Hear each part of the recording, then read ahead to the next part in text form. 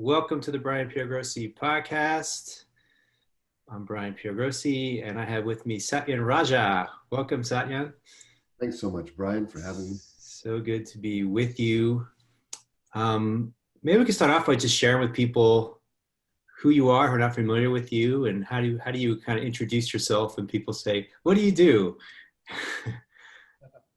I'm a founder and I lead a group of companies all underneath Warrior Sage banner called Warrior Sage Trainings. And our main focus is to really support leadership on this planet right now. There's so much influx on this planet on so many levels of being. And so our aim and intention is we support business leaders, human potential leaders, guides, mentors, physicians, therapists, you name it. People are on the cutting edge on the front lines of serving others and making a difference on the planet. What we do at Warrior Sage is we support them to be the most powerful, impactful, awakened, enlightened leader that they can be to do the good work they need to do. So that's an overview of Beautiful. Yeah. And I first became aware from you quite a few years ago. I believe you were in Los Angeles and you were giving a speech to a group of folks, and you're talking about masculinity and the power of conscious masculinity. And that really struck me. And I was really, struck by your presence and what you were sharing. And so that's kind of the main thing I wanted to dive into today is conscious masculinity and what that is. And it feels like it's really needed right now. It's really, there's a call to step up. And I hear women asking for that to step up. I hear men asking for that to step up. So I'd love to dive into that with you. And I'd love to, probably the best thing to start off with is just so we can clarify the terms. How do you define masculine and feminine for this conversation? How would you like those terms to be defined? That's a very packed question because masculine, feminine, the terms themselves are very packed with all types of cultural imprints coming from all different eras, all different areas. So I'll give a simple definition, which is a little bit more spiritual or esoteric. For me, the masculine represents that which within us is consciousness itself, if you will, the divine perspective, the oneness state, the space of awareness of I am. So that center point in which we're experiencing all of reality, the stillness, if you will, that in meditation we're moving towards, aiming to find and cultivate and settle within. That to me I would define as the infinite emptiness, infinite alive dynamic emptiness of reality, or masculine, or as the yogis would call it, Shiva consciousness. And using the deity of Shiva is the representation in the yogic philosophy. Now, the feminine represents everything else. If one thing is still, what's its counterpart? Not its opposite, its counterpart. Opposite, but not oppositional, is the feminine. And the feminine represents, esoterically, the goddess, the feminine, the life force of all existence, the force that we hear about in Star Wars, taste, color, textures, flavors, feelings, emotions, all the realm of things that are in constant change, the very existence of the universe, all the infinite universes, I would consider the feminine. Now, boiling it right down on a human level, we have more identification, some of us, to more of the masculine spectrum. Some of us are more identified to the feminine spectrum. In fact, we have the whole spectrum within us. It's just where we have a natural resting place, I believe, in that spectrum. And we also have years of cultural imprints which distort, obscure our natural resting place of what the masculine and feminine is. From ideas of what it should be to be a man, what it should be to be a woman, et cetera, et cetera. Those are the obscurations of imprints. But if we remove those, we get to the core of it. For me, the masculine represents divine freedom, freedom from the constraints of reality. And for me, the feminine represents divine love, the flow of love between all of us. And was David Data an inspiration for you on your path? David Data has been a mentor to myself and my wife for about 20 years. We're very blessed to have been mentored by him. And we're also very fortunate to be able to co-train and do offerings together as well. So yes. Yeah, beautiful. And I know he talks about these three stages that I believe you touch on these three stages. I think what's interesting for me is kind of, particularly for men, this kind of stage 2 to stage 3. right? Because I think there's a lot of men that are on a spiritual path, and I can relate this to my own life. So they're on a spiritual path and sort of go into this feminine energy, receptive, flowy kind of energy. And there's this sort of this idea that masculine energy, and I think this is for kind of men and women in the second stage, is kind of masculine energy is sort of bad, or it's sort of this oppressor, or sort of this dominator energy, and we got to stay away from it. And it feels like the movement now is no, they're both beautiful energies, they're both divine energies. We need to integrate both of these energies, right? Is that something that you've seen people kind of struggle with? Absolutely. So, using this model of three stages as a very simple model, very overly simplified, but it's very good for usability. The first stage is when we're in a me-oriented, or the old school idea of masculinity, which is what we have deemed toxic masculinity or unconscious masculinity. This is the power games, the control games. This is where you don't feel free within, so you try to subjugate others and enslave others through power, sex, money, manipulation, anger, might is right, war, all the manifestations of the unconscious, the less than fully awakened being. Why? Because that state of our growth, if you will, is based on me getting what I want, what I need, conquer, might is right, all of that energy. So yes, the masculine has been poo-pooed recently for good reason, is because we're unfortunately, that form of the masculine, that contracted masculine, is responsible for so much of the devastation in society, the devastation on the planet, our voracious appetite to continue to consume, to dominate this earth, to consume and dominate people. Eventually it backfires. Eventually we harm ourselves in that. But that paradigm is still rampant on the planet. And that's why a lot of men have said, look, we do not want to go deeper into that. We don't want to just keep reliving that pattern of the old school man who's toxic, who's less than emotional, who's only out for freedom based on if he gets freedom, not so much worried about other people. The natural next evolution is the next phase. And that's where we embrace more of our feminine energy, as you shared about. We become more whole. We recognize we're not just masculine. The old masculine is negative, harmful, contracted, is some of the imprints we have. But we must not throw away the baby with the bathwater, because that's what happens with the second stage. We go, okay, now I need to be feminine. And I believe that's a good phase to grow our feminine side, to get in touch with our emotions, to get in touch with the life force of reality, to get in touch with the purity of love and the exchange of love, and coming into wholeness, balance. That's the hallmark of the second stage male, if you will, or masculine version. They're more balanced. It's much healthier than the first. The reciprocal energy is, if we look at first stage feminine, is also a weak form, a marginalized form of the feminine. It's the counterpart to the first stage might is right.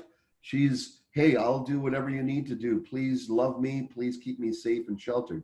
It's a codependency type of energy. So when we go from this codependency of the first stage and we say we've had enough of that, we need to grow our boundaries, we need to grow ourselves, we need to become whole, autonomous, sovereign beings. We need to find the masculine and feminine fulfillment within ourselves rather than look for it neurotically outside of ourselves. This is a very valuable phase of life, very natural, very healthy. So we advocate that. But as you shared at the beginning, that's only one stage.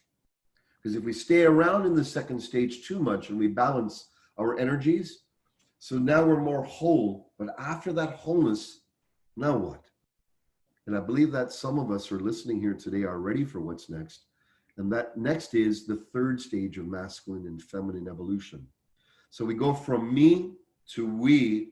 Now we become more devoted to becoming a vessel for the whole. So in the third stage, masculine, is where we recapture our masculine energy, but we filter it, we connect it to our heart center, our love center. We connect it to purpose, not personal purpose alone, but purpose that serves the greater good, the greater whole. And ultimately, we learn to surrender our, if you will, small myopic vision of our own future, of our own goals, our own attainment. And we allow nature, we allow presence, we allow the divine, we allow Mother Nature to inform us, to guide us into what is the manifestation of my masculine, which makes me feel most alive, which makes me feel like that I'm here to serve something far greater than just my own personal needs. So I believe that's where we're moving into, and it's a noble path, it's a valiant path, and it's one much needed right now. Beautiful. It feels like the first stage, tell me if this sounds right to you. The first stage is sort of just lost in the ego, lost in self-centered, it's all about me, my little ego. And then as you move through the second stage into the third stage, you're reintegrating the masculine, but now it's from this place of service to the whole, of recognizing you are one with all that is, this awakening of consciousness, that you're one with all that is. And the masculine then is not a negative force, but it's a positive force that is offering its gifts in service and a benefit to all. Absolutely. Very beautifully said, brother. Yeah. Absolutely. So it feels like that opening in the consciousness, and that's an interesting thing too. So you have this opening in the consciousness to this sort of oneness, this recognition of the unity of all that is. And so let's bring in a phrase that I know you use a lot, warrior sage, right? So then how or where is this energy of the warrior? Where does that become valuable? What is that energy, and how is it beneficial? Well, the enlightened warrior, if you will, the transcendent warrior is what I'm talking about. Mm-hmm. The old school warrior is warring for conquest, yeah, if you will. Mm-hmm. Conquest or defense, even in a way, which is very valuable in certain times in our history. I'm talking about the transcendent warrior. And by that, I mean, rather than relegate our masculinity to a negative force alone, we get back in touch with it. This is where martial arts is very valuable as an example of how people can get back in touch with their masculine energy, but channel it in a way that's going to be of fun, that's joyful, that's playful, that engages not combat to destroy, but combat for enjoyment, because that energy is still there. So if we deny it, crush it, or make it bad, that energy is still there. But if we learn to absorb it, realize it, funnel it, direct it to something that is good. So if we've got aggression, we've got anger, we work it out. We don't take it out on people. We work it out through exercise, discipline, meditation, martial arts practice, being in nature, taking on a project, volunteering, finding a way to ask ourselves, what must I do today to live, to love, to die complete without regret? That one question is a very powerful question to evoke that spiritual warrior within us. What must I do today to live, love, and die complete without regret?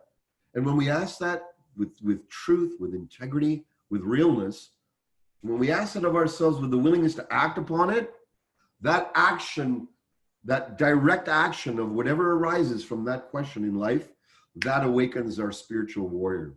And that, I believe, is so valuable for this day and age. Now, we also need temperance with that warrior, and that's the sage. The sage, to me, is the part that's not looking for anything. It's the connection to the eternal wisdom that's already living all existence. I believe that each one of us have a great storehouse of wisdom. Each one of us. Some of us are younger, we might have a little less wisdom. Some of us are old souls, we have great wisdom.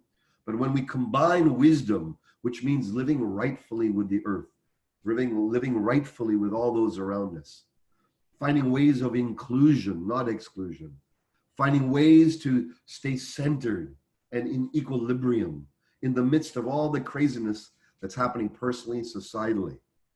The sage element within us, awaken with the warrior, is a very powerful combination team, knockout team within our being. Right. And it feels like a big part of this journey is facing fear. A big part of this warrior sage journey is facing fear. And a lot of it, to me, especially in the age we're in now, is internal fears. right? Kind of, being in the comfort zone and kind of, kind of afraid of stepping out. What if I say this? What if, people don't like what I say or what I do? Or so do you find that that's a big part of this development of the warrior sage, is being able to acknowledge fear and face it? And how do we do that? That's really well put. This is an eternal practice that has been given to Yoda, to Luke Skywalker, is immortalized in the Star Wars movies. But that relationship of warrior and sage is so essential, especially nowadays where it's like we look at fear, we have our own personal fears, health, money, relationships, whatever fears we have. Society is going through intense realms of fear with disease, with cultural issues, social issues. Unbelievable, right? Now, the warrior philosophy is feel the fear fully. Do not over bravado it. Don't set it aside and pretend it's not there. Don't try to act macho as if you have conquered fear. It's quite the opposite. Mm. The spiritual warrior's attitude is to dive deep into the fear, to feel it at its bones, instead of separate from it or deny it or somehow suppress it, or more often distract ourselves from the discomfort of fear through sex, food, TV, drugs, whatever the heck it is, right? Those are distractions sometimes from feeling the hollowness of our fear, the intensity of our fear. Sometimes it's the fear of I don't even know who I am. Sometimes it's a fear of I don't know where my place is in the world. It's beyond words, but it's a guttural, bodily feeling. The warrior sage path is to feel it fully. Go deep into it. What's the images in that fear? What are the thoughts you're having when you feel that fear as you dive into it with courage? What are the emotions one is feeling when you dive into it? What are the body sensations we're feeling when we go deep into the heart of fear? Now, what's something miraculous happens when we take the path of feeling the fear rather than diverting our attention from it or escaping it. And what happens is the fear unravels. And this is cliche, but it's so true from my experience, that as we feel the depths of our fear, breathe it, move it, but instead of collapse and close down and become contracted in the fear, we learn to open our body, our breath, our presence, our attunements in that fear state. What happens is the fear starts to transform. And the very gift that we have to bring is usually behind the fear. That fear is usually an ally. It's not seen as an ally. But when you breathe it down to its core root, it starts to transform and dissolve. And behind it is an empowerment. You know, when you play video games, if you hit one of those things, you get an empowerment. If you hit some ball or lightning, the same thing that happens is with fear. So a warrior's path is not to avoid those, but to look at those things popping up on your screen that are fear-based, feel them fully, enter them, and absorb the power that they give to live your mission with even more calmness, clarity, and precision. That feels like a really important point. It feels like it's really important in relationship too, relationship with men and women. I was just talking to a client today. It was a woman, and she's talking about how she feels a lot of emotion, and she comes to her fiance, and he kind of runs away, or he doesn't want to deal with the emotion.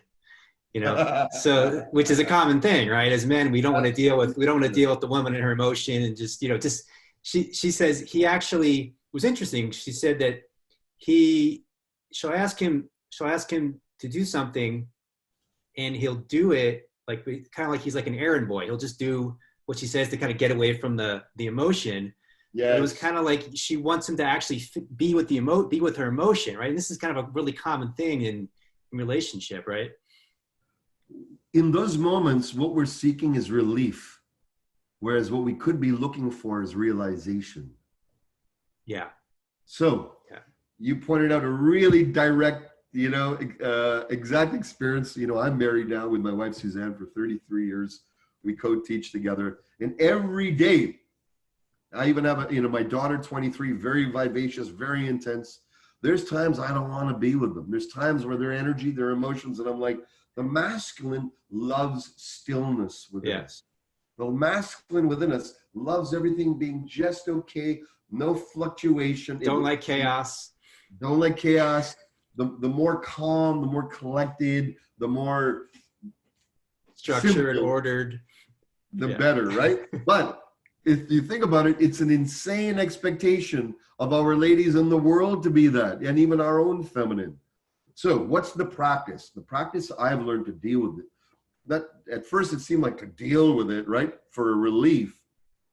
But we must first shift and go, am I seeking relief, or is there realization to be had here? That's the first one. If we take the path of seeking relief from the noise, we'll get some distraction with food or drugs or whatever the heck it is, right? Or just getting away. TV. Now, if we can be present. So my practice is with my wife is when she's in some type of emotional intensity, something coming up, the part of me wants to back off. I learn to open that part that backs off. It's usually the front surface of the body that contracts first. In mammalian protective response, our face, our jaws tend to jut out under pressure and tension and anger or frustration, or I've had enough of this. So if we can just pull our chin back, soften our jaw, soften the whole front surface of the body, and then listen to our beloveds, our wives, our daughters, our mothers, our sisters, our colleagues, our friends, with the heart of openness to, I really want to understand you. And a great thing to do is focus less on the words that they're saying in those moments, because the words might sound, I didn't do that. That's not true. Because the words can seem logically not appropriate or distorted, but that's not what they're getting across. We must learn to listen to their body transmission, the emotions that are coming off their body, and receive those emotions into our body without our mental thoughts kicking in solutions or trying to figure out what does this mean and how can I bring it to an end quickly. It's the opposite. If we can absorb, just like a pool absorbs water, no matter what I throw in, I've got a pool in the backyard. If I throw in this bottle of water, it'll absorb it. If I throw this in, it'll absorb it. If I throw this in, it'll absorb it. It won't reject it. It won't keep it out. It's not going to see, should I let it in or not?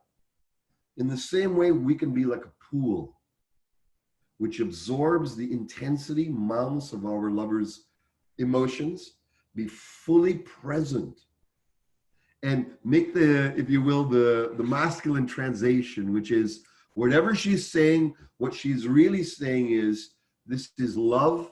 As my friend Fantuzzi is an amazing musician, he has a song, it's either love or a calling for love. Mm-hmm. So when my wife is in those moods, to me, it's a calling for love.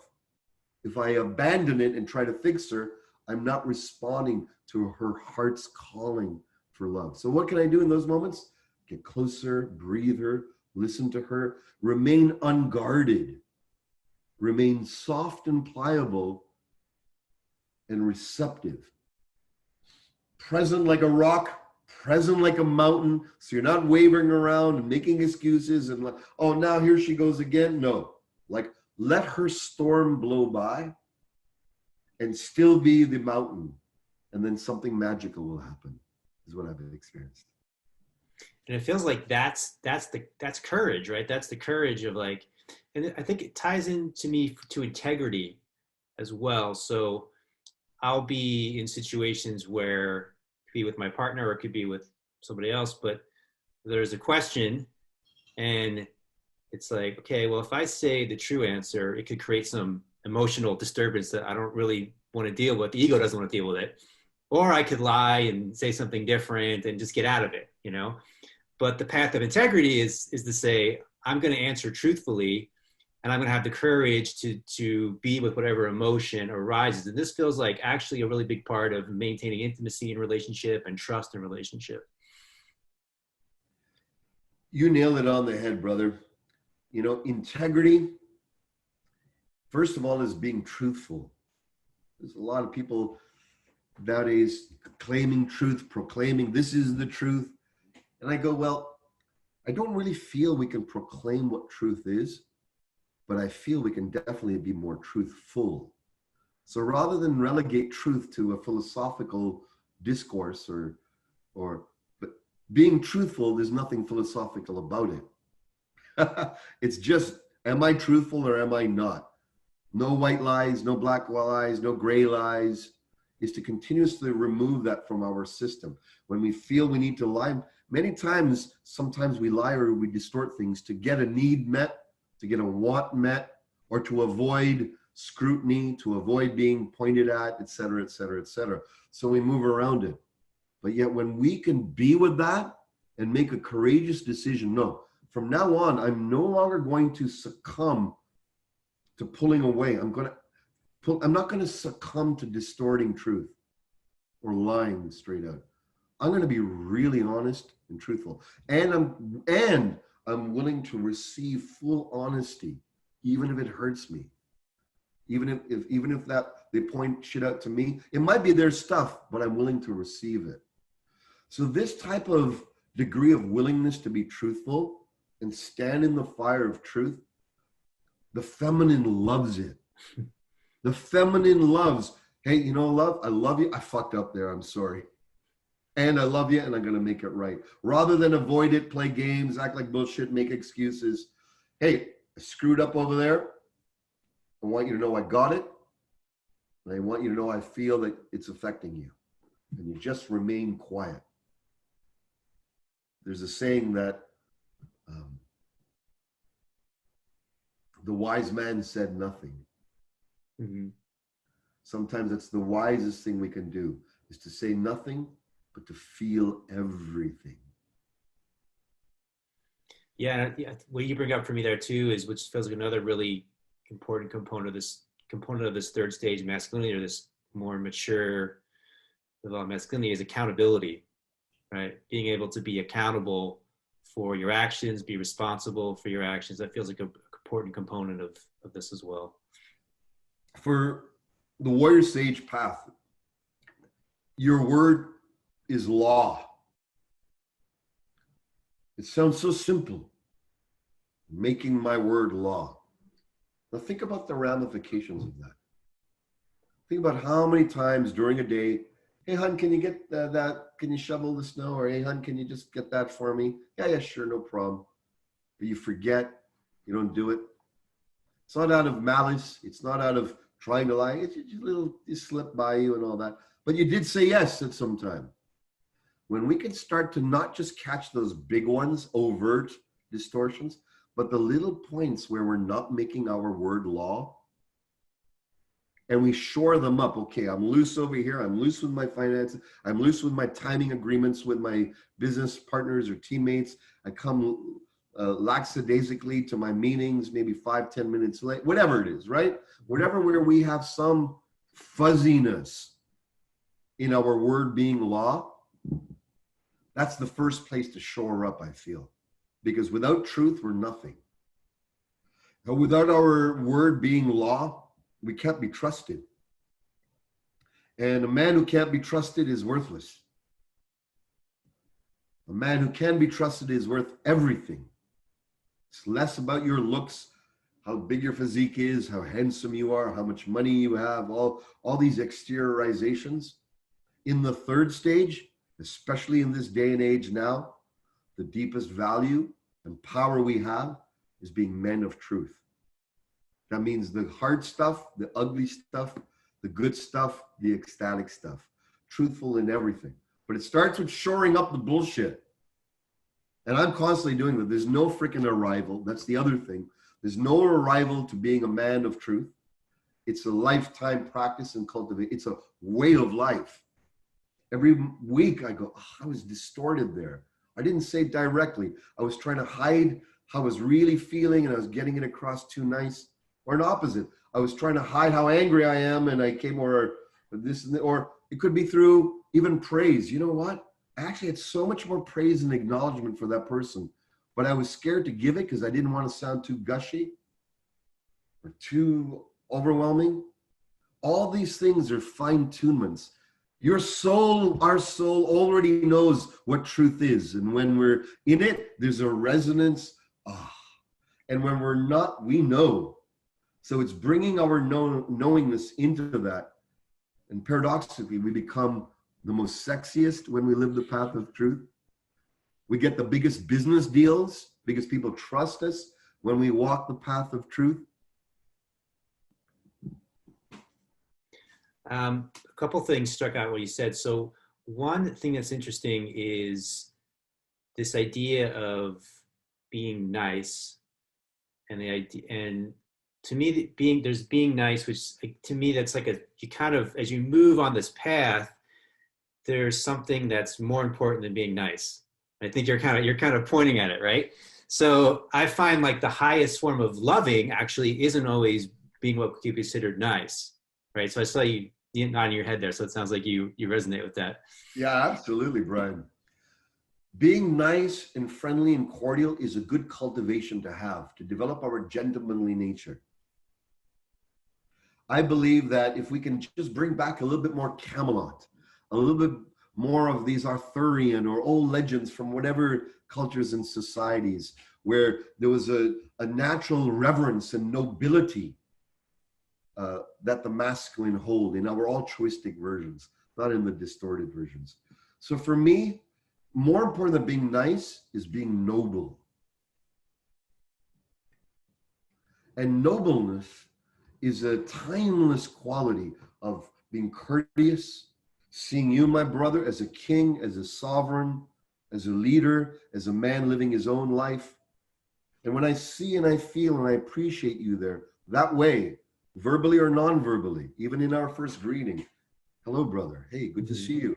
In our first interactions and our last interactions, when we say goodbye to each other now, when we can add a little flavor of nobility, our own artful way of bringing our eyes to see the noble in each other and the expression of our nobility coming forth, whether that's through humor, zaniness, fun, strength, we all have our own feeling around that. But nice is good, nobility is warriorship. And I feel like there's this energy of sort of like the mother, energy of the father, which is both really important.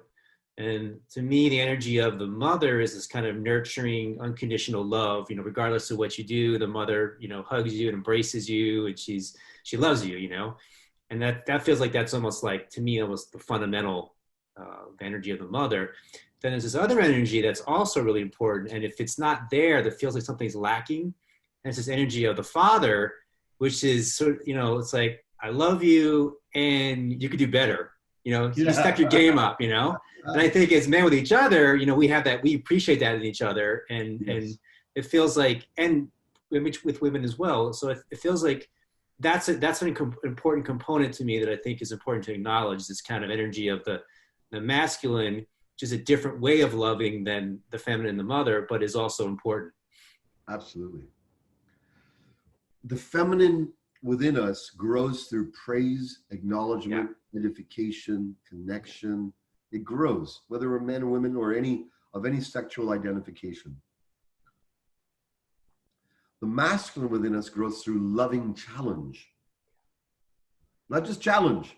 There's harsh challenge that can crush us. But loving challenge where I'm in you, I'm beside you, brother, my son, my fellow teammate, come, let's rise up together. Come on, I know you're better than that. I've seen you hit a little, or hey, we hit that mark. Let's see, can you kick a little higher today? Let's train another 10 minutes in that jiu-jitsu round as an example. Let's go a little longer. So loving challenge is so healthy in these, for us to be able to cultivate that dynamic within ourselves, within each other. Not just harsh challenge, not beating ourselves up, but loving challenge. Loving praise is also very important. That's the mother side. That's the sister. That's the feminine. It's the embrace, the fold, bring one into that. And the loving challenge is, come on, there's more on this planet. There's more to do, more to achieve, more goals to realize, deeper freedom to attain.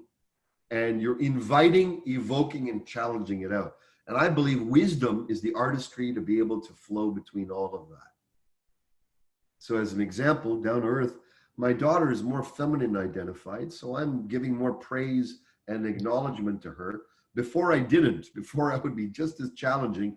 And I realized I was hurting her. You know, I was crushing her tender heart. Now I add so much more praise and love. I start off with that with her as I'm talking. My son is more masculine identified. And so with him, I give him more loving challenge. It's not that I don't give him loving praise. I just give more of that. Come on, son, let's do this. Let's train a little harder today.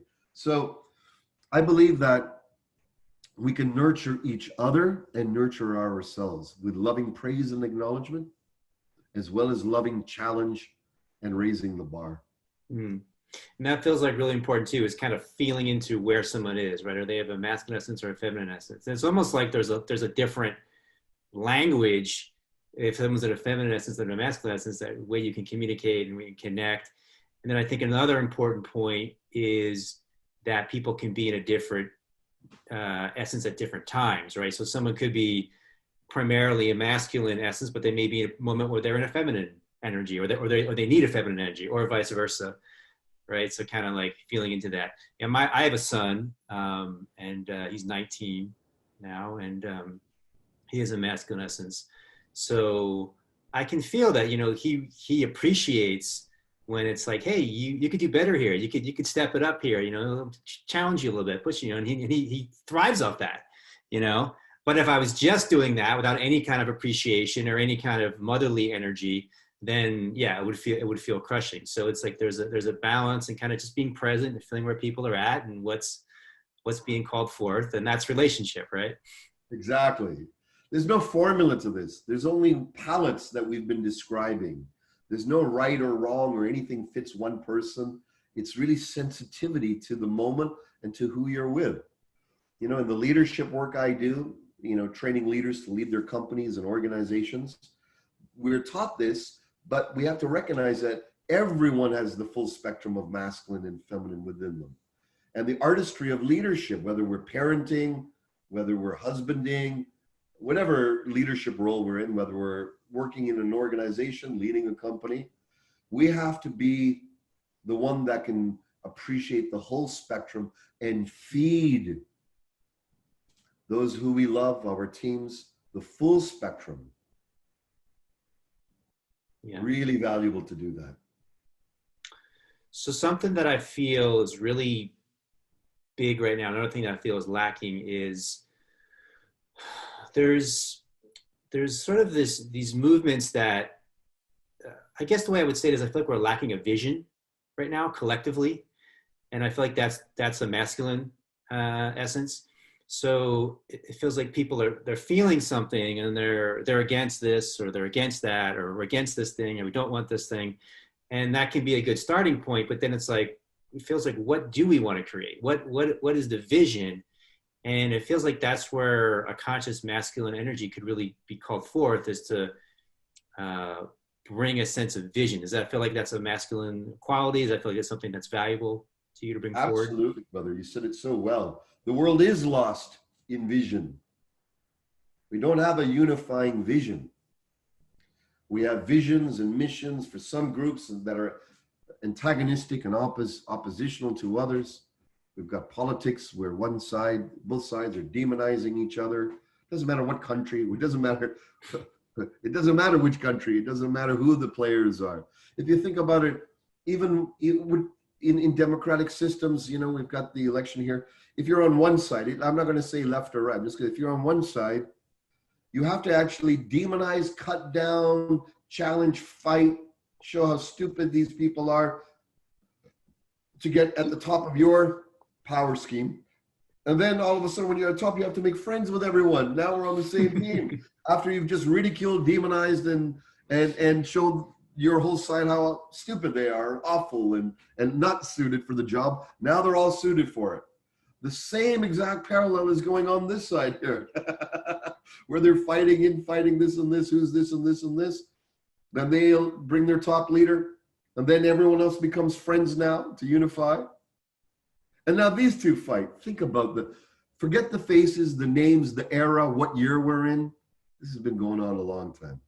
Can we come up with a unified vision that's greater than this structure, that continues to foster this form of antagonism? Yes. Where I feel we are in history right now, energetically, is that we cannot create that vision alone from the old resources or paradigms. We must come from more of an omni consideration of the whole. And right now, there's the vision we want to create, but even deeper, there's a vision that wants to be birthed from the feminine. There's a deep arising emergence that many of us feel, but we can't put our name on it or finger.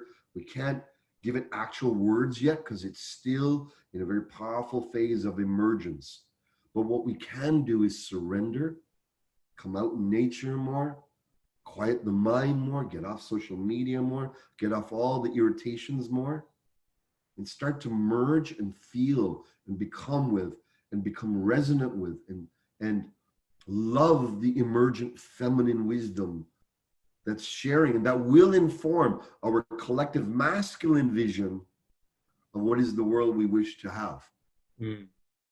So this new vision is a combination, I feel, of the emergence of the feminine life force, nourishing our masculine capacity to envision the highest for all. Yeah, and I love what to me, it's like you're talking about the integration as well. So it's like we're talking about integrating, there's the masculine and the feminine, and can we appreciate the divinity of both of these polarities, right? And then you can see the same thing, all these, left and right and liberal, conservative, and all these things, and this side's good, this side's evil, and it's like, is there something in there, even if you think you're on whatever the other side is there something on this other side that you can find value in that? Is there something that resonates? Can you find, because, I think when we start having really human to human conversations with people, we find that these are just human beings. Most of these people are just, they may have a different way of looking at things or a different idea. And I know I've seen that you're into Daniel Schmachtenberger's work, and I've also been inspired by some of Ken Wilber's old stuff, the integral stuff. And it's like these ways of just integrating these things that seem different, and how do we bring them together? It's the same thing. I feel like the yin and the yang, right? It's in the harmony of the two that the real power is. Not everyone. There are some people are dastardly. Yes, agreed. There are most people I've met have a positive intent. Yeah. Even if our theologies or our philosophies, political philosophy, everything might be different. So let me use a left-right example. What's the essence of a right philosophy? Well, one should be autonomous. One should be have good values. One should have love of family. One should self-resourcefulness, not being reliant on other people, and finding this is such a very powerful philosophy, and I'm all for that at its altruistic level. That's the positive intent. What's the positive intent of the other reciprocal, or if you will, energy? Well, left, let's say, would be, yes, not only shall we take care of ourselves, let's not all only be happy with our own success. How about let's be happy when our whole society is lifted up together? Let's embrace our whole society. Let's share. Let's bring about a sense of that we're all for one for all. Now, to think that's the positive intent as an example. To think that they're opposites it's actually not the case. They go together. In my experience, is we need that of both. Yeah. We need to have self-reliance, autonomy, being strong in our own right, having good values and virtues that are timeless and eternal. And it's wonderful to help my brother, my sister, and to have a care that society lifts up together. Wisdom, that's the sage. The sage within us looks for the positive intent through the minefield of externalized viewpoints, or the minefield of reactivity, or finger pointing, or bullshit projections being thrown on each other. The sage goes, what's their positive intent? Beyond this facade or external shit that they're expressing, What's their positive intent? This is the courage of our day. This is the humility and the power of the warrior sage of this day, is to pierce through the illusion of separation and become in union with their positive intent. When we meet them in the positive, they can feel it. Everyone starts to relax. Now we can start moving towards common ground. Now we can start moving towards that, because we know that at your heart, you mean well. And at my heart, I mean well. Let's rest in the meaning well that we share with each other. And now let's work on the theological or philosophical differences and bring about a form that combines the best of our philosophies. The phrase that comes through is true love takes courage. Yeah. Yeah. So how can people connect with you? What are you up to? Any last words you'd like to share with everybody listening? Thanks, Brad. Well, you're all welcome to come and visit our Warrior Sage page at warriorsage.com. We also have our Facebook page, Warrior Sage Community. You can invite yourself onto there. But if you go to warriorsage.com, we've actually created 3 powerful trainings I invite everyone to download for free. One is called an abundance activation, to help you go from egoic ideas of abundance into awakened ideas and practices and cultivations. There's one for relationships called relationship activation, which I highly recommend, which goes deep into what we just talked about today. And then another one we have is called power activation, going from the power of the ego into enlightened power. So those are all available for free for yourself, for your family at warriorsage.com. All right. Thank you so much, Satyan, for being with me today. And thanks everyone for listening. Thank you, Brian. Thank you all. Much love to you.